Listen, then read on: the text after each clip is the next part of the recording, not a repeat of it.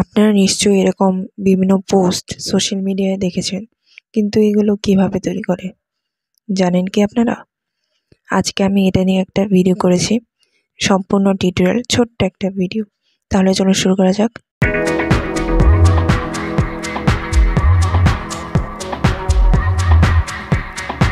আমি প্রথমে বিং চ্যাটে চলে যাব। বিং চ্যাটের লিঙ্ক ডেসক্রিপশন বক্সে অবশ্যই দেওয়া আছে। এটা আপনারা যে কোনো ব্রাউজার দিয়ে চলে যেতে পারেন। ওকে, তো এখানে একটা আমি লেখা লিখেছি। এই লেখায় জাস্ট আপনারা এডিট করবেন।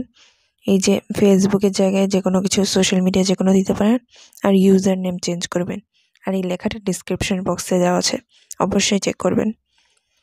তো এই লেখাটা লেখার পর আমি জাস্ট এন্টার প্রেস করব, বা সাইডে যে বাটনটা আছে ওটা দিয়ে দিলাম।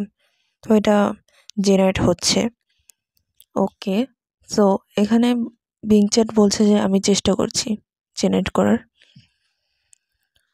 এই তো আমাদের পোস্ট দেখেছেন, হিরো পোস্ট এসেছে আমাদের।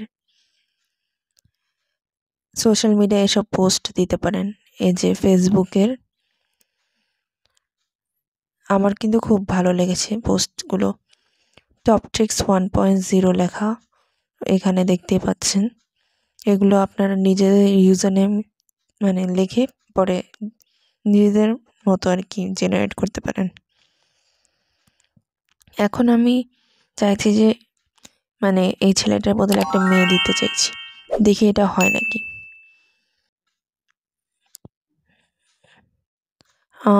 বিং চ্যাট বলছে যে আই এম সরি, ওনারা এটা করতে পারবে না। আমি এক কাজ করি, এটা কপি করব লেখাটা। এই যে এখানে হোভার করলেই কপি এসে পড়ে। কপি করে আবার পেস্ট করলাম।